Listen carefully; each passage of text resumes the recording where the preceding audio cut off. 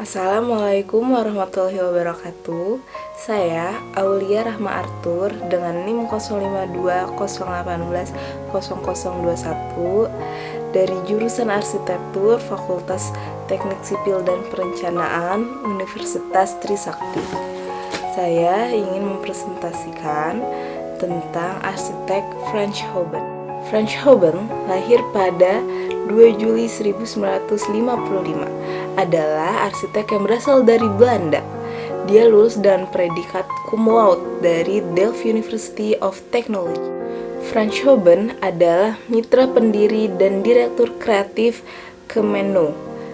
Karyanya dari teater, museum, dan perpustakaan hingga lingkungan, perumahan, dan taman.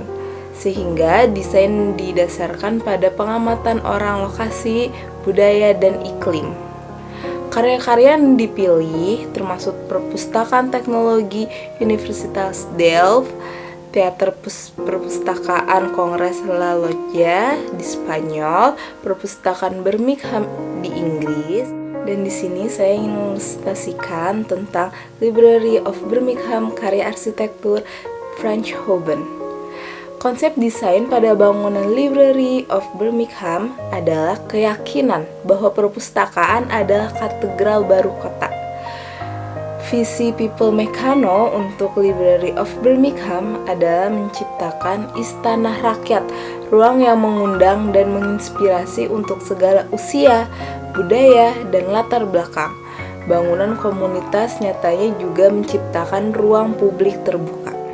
Perpustakaan seluas 31.000 meter persegi menjadikan salah satu perpustakaan umum terbesar di dunia. Teknologi menjadi 10 level dengan berbagai ukuran dan penggunaan. Bangunan ini terdiri dari pintu masuk yang luas, serambi dengan mezanin, permukaan tanah lebih rendah, dengan teras dan ruangan. Dengan kotak emas yang menyimpan arsip aman yang menempati 2 tingkat, menyediakan kantor staf dan pabrik layanan. Pada selanjutnya, 2 tingkat dan dibagi 13 paling atas adalah bangunan fitur rotunda yang menampung Shakespeare's Memorial Room. Dengan bangunan ini memiliki konsep fitur yang ramah lingkungan termasuk penggunaan teknologi rendah karbon untuk pemanasan dan pendinginan, pencahayaan energi rendah dan sistem konservasi air. Dan di sini saya ingin mengkritik tentang Library of Birmingham dapat dikatakan sebagai bangunan yang memikirkan bagaimana orang akan merasa ketika di dalam bangunan. Selain memperhatikan hal detail seperti di bangunan ini, juga memperhatikan hal sejarah material maupun tentang konsep green building pada daerah itu sendiri. Dari segi konsep maupun proyek itu sendiri sudah hampir dikatakan tidak ada flawless. Terdapat dari bangunan seperti sekarang, yaitu dengan paket dan pembungkus. Ini adalah praktek pembagi setiap elemen bangunan seperti struktur lapisan akhir, pipa, penerangan, dan atap menjadi unit-unit terpisah yang masing-masing merupakan bagian perusahaan khusus dan pakar.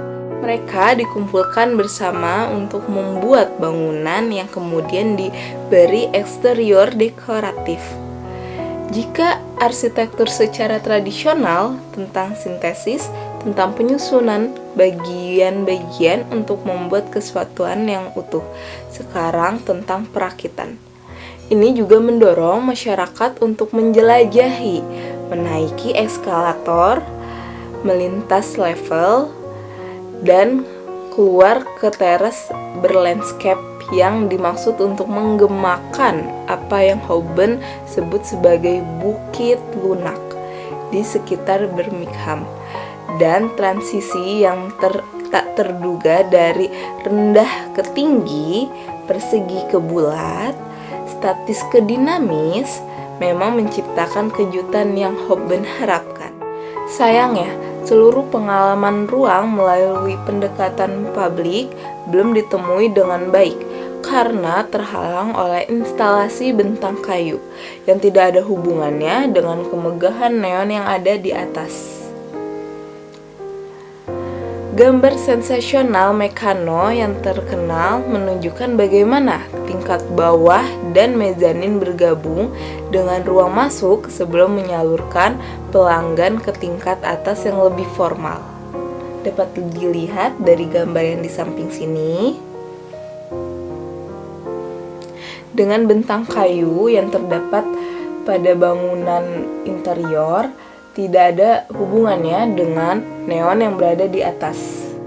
Dari presentasi yang saya paparkan ini, kesimpulan yang didapat dari tokoh arsitek dunia, Franz Houben, bahwa ia adalah seorang arsitek yang memikirkan sosial dan lingkungan sekitarnya, dan juga arsitek yang dapat membangun suatu bangunan dengan fungsi yang diinginkan, serta dapat membuat suatu bangunan dengan mempertimbangkan berbagai hal seperti kepekaan emosional, sejarah, dan juga lingkungan, grand building.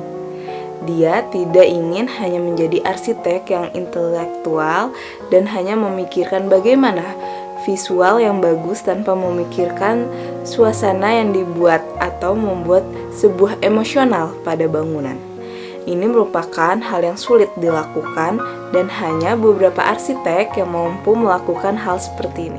Visual memang penting, tetapi yang paling penting adalah bagaimana bangunan dalam berjalannya waktu tidak merugikan lingkungan. Dapat juga memikirkan aspek sejarah dengan tetap memasukkan hal sejarah pada daerah tersebut. Franz Houben juga tidak ingin menjadi arsitek yang hanya mengambil sebanyak-banyaknya proyek, tetapi ketika ia melakukan sebuah proyek, ia benar-benar memikirkan aspek bagaimana ia merespon lingkungan sekitar dari segi material, fasad, fungsi, dan bentuknya.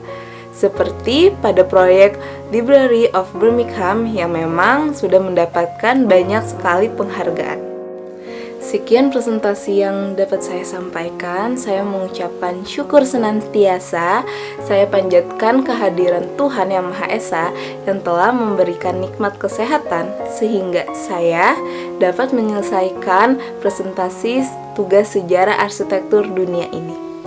Pada kesempatan ini, saya menyampaikan rasa terima kasih yang sebesar-besarnya kepada Bapak dosen mata kuliah Sejarah Arsitektur Dunia, Dr. Insinyur Bambang Susetyarto, atas kepercayaan dan persetujuan kepada saya untuk melakukan presentasi tugas artikel ini. Dan kepada teman-teman mahasiswa arsitektur Universitas Trisakti yang saling mendukung dan memberi semangat untuk dapat menyelesaikan presentasi mata kuliah Sejarah Dunia Arsitektur ini. Sekian presentasi dari saya, kurang lebih mohon maaf. Assalamualaikum warahmatullahi wabarakatuh.